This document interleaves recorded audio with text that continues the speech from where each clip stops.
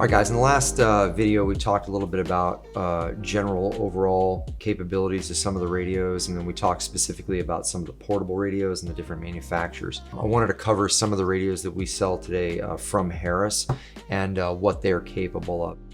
First things first, we have a single band mobile, right? So this one is in UHF 378 to 470 megahertz. This one is capable of all of the same things that the portable radio is capable of, the XG25 portable, that is, single band portable. But this is the XG25 mobile. So instead of a 5-watt portable that you get with the handheld, this is going to be a 50-watt mobile. It's pretty compact. It can be mounted in a front mount configuration as you see it here, or it has a remote control head where the brain of the radio can go under the seat or in the trunk. Either way, pretty compact radio and single band only. All the same features as the portable. The only benefit or difference, I should say, is that you're getting 50 watts and you're getting constant power because it's off the battery of your vehicle, or in this case, switching power supply, making it a base station mobile or a base station radio. In this base station configuration, I have a single band antenna that I just have wired up, kind of hanging over the radio. Very quick, very easily deployable antenna. The main benefit you get with a mobile over a portable is constant power from its power source, whether that's AC in the house, in a base station, or the battery in a car. But you also get higher wattage, which doesn't necessarily equal greater distance.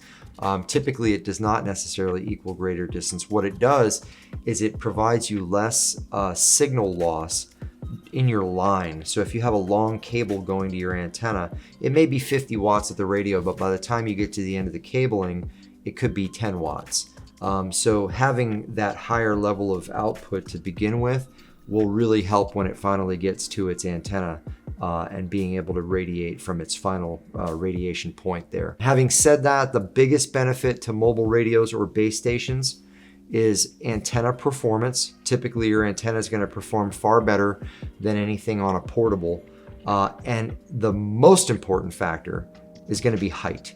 So whether it's in a vehicle, the antenna being mounted on the top of the roof, being able to radiate from a ground plane, which would be the metal surrounding it underneath the antenna, will enhance its performance, but it also has height, typically 4, 5, 6 feet off the ground, depending on the size of your vehicle, and better line of sight. In the case of a base station, specifically, we're on the second floor of a residential structure.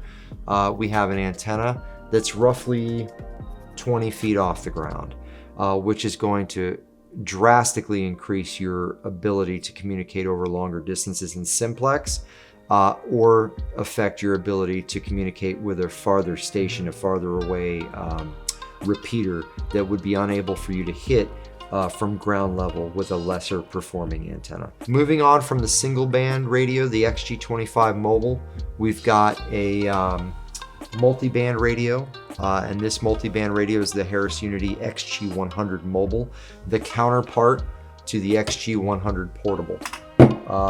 It'll do all the same things that the multi-band portable will do in terms of formats.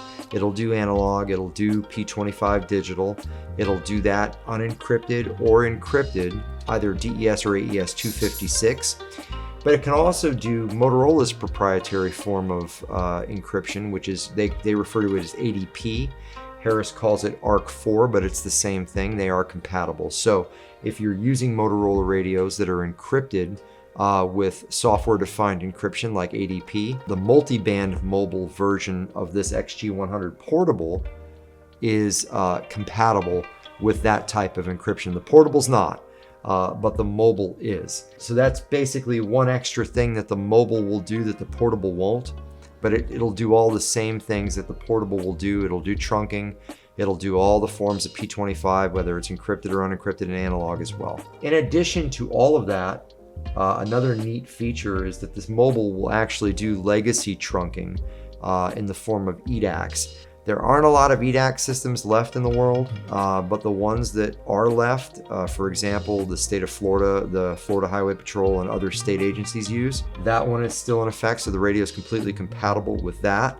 There are at least 2 other counties in Florida that still use EDACs, so programming them for receive only to monitor your local sheriff, fire, or EMS is absolutely possible without interfering with the trunk system in any way, shape, or form.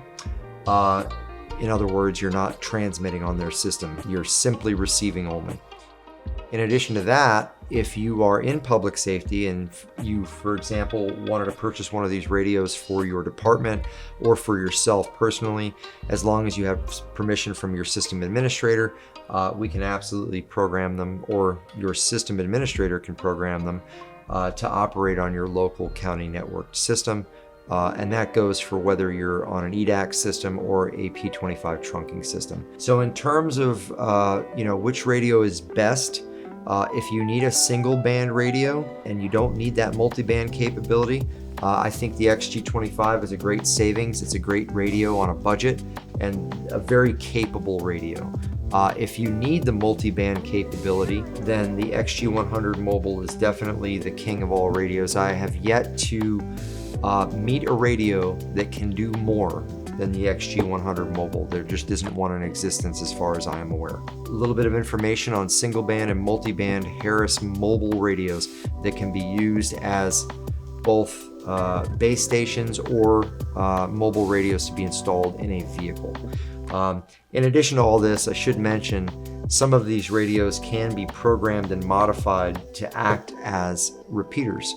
So in the case of these 2 multi-band radios, I actually have them tied together in a cross-band repeater configuration. So you could transmit on VHF and receive it on the receive side of one of these 2 radios, and at the same time it will retransmit that in UHF on the other radio, eliminating the need for a duplexer, making it a cross-band repeater. But that cross-band repeater can operate both analog, P25 digital, or P25 digital encrypted with any algorithm that the radios are capable of. That would be AES 256, DES, or Motorola's proprietary software-defined encryption that they refer to as ADP, otherwise known by Harris as ARC4.